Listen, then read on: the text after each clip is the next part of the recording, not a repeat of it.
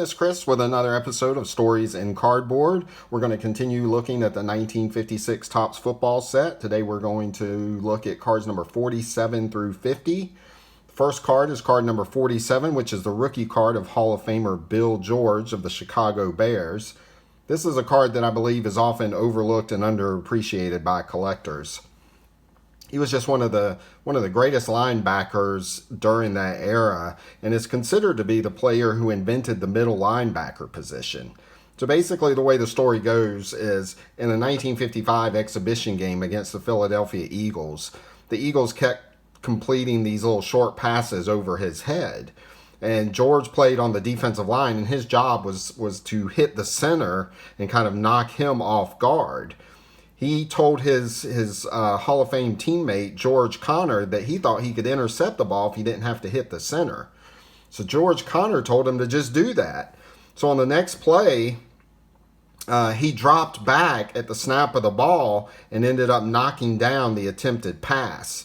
And then on the very next play, he did the same thing and actually ended up intercepting the pass. It's really unfortunate that some of these players like Bill George are almost forgotten. And one of my goals with this channel is to kind of make sure that they aren't forgotten. A person like Bill George has a really special place in NFL history. I mean, he was one of the best linebackers of his era. He was fast and physical, and he could beat you with his knowledge of the game as well as he could with his physical ability. George Connor said that he was a natural at everything that he did and was one of the smartest players that he ever played with. And George Halas said that he was one of the greatest players and a key to their defense. Fred Williams, who actually played with both Bill George and another great middle linebacker, Sam Huff, said there was no comparison between the two, that George was far superior as a linebacker.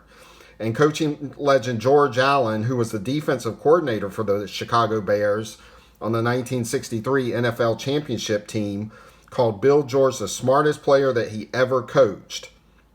He said that he practically invented the middle linebacker position in the 4-3 defense, and that he just had a knack for disrupting everything an offense was trying to do. He was truly one of the all-time greats, and this is just a great card, I think, for any vintage football card collector that wants to add this to their collection. It's just a fantastic card of a Hall of Famer who did a lot to revolutionize and just change the way the game is played. Next card we're going to look at is a team card. You guys know that I love my team cards.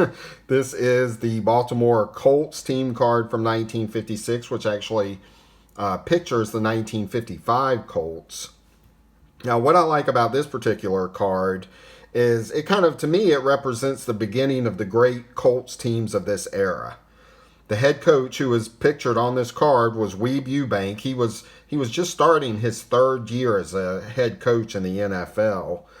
Now, the Colts were really kind of starting to put it together. They had a really good defense in place with guys like Art Donovan, Gino Marchetti, Bill Pellington, who was a great linebacker in his own right, and a lot of people don't really know how great he was. And also Don Joyce on the defensive line as well. To go along with a couple of really good weapons on offense too, Raymond Berry and Heisman Trophy winner Alan Amici.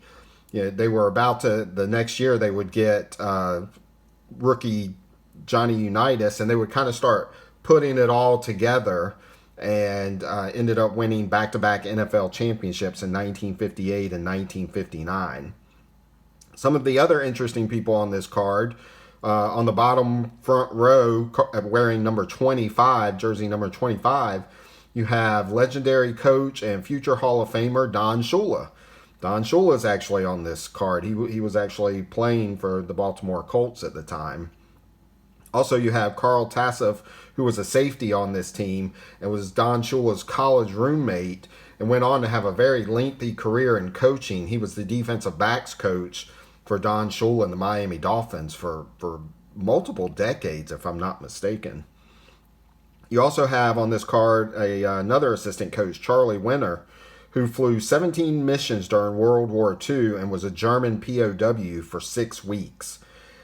He was an assistant. His career kind of spanned many, many years. He was a assistant coach on several teams, as well as the head coach for the St. Louis Cardinals in the late 1960s, and for the New York Jets in 1973 and 74 as Weeb Ewbank's successor, actually.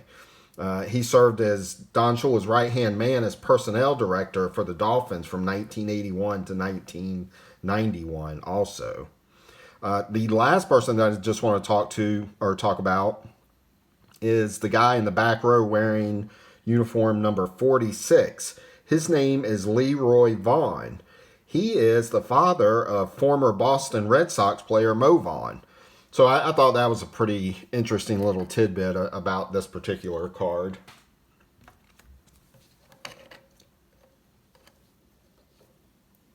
This next card is card number 49 of Eddie LeBaron. He was nicknamed the Littlest General.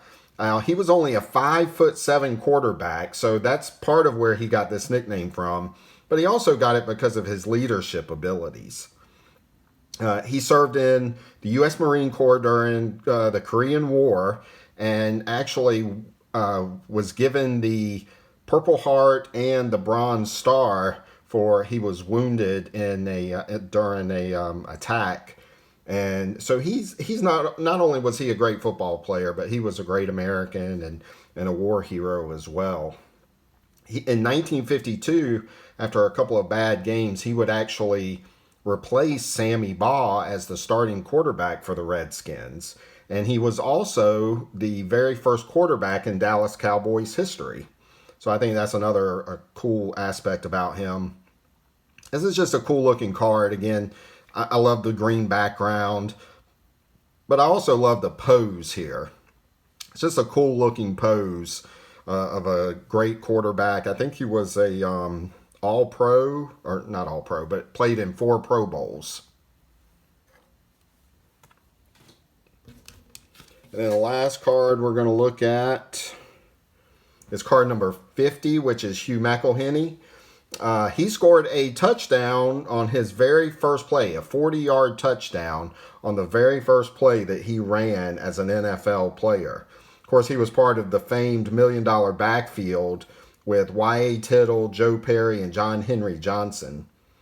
They were, in 1954, they were considered one of the top contenders in the NFL to win the NFL championship with the $1 million backfield and Bob St. Clair on the offensive line, ends, receivers like Gordy Soltaw and Billy Wilson. That was a really, really good offense. And then on defense, they had players like Leo Nomalini and Hardy Brown, guys like that. This was a very, very good football team. And in fact, they started out after the first 5 games. They had won 4 games, no losses, and 1 tie.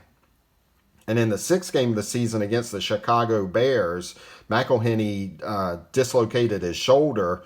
They ended up losing in a close game to the Bears, then lost their next 2 games. He would end up missing the rest of the season, and the 49ers ended up, after a great start like that, ended up finishing 3rd in their conference. Well, that's all I have for today. I hope it was a good one. I hope you learned something. I hope you can appreciate some of these cards like I appreciate them, and maybe you might want to add 1 or 2 of them to your collection as well. We'll see you next time, and I appreciate you watching.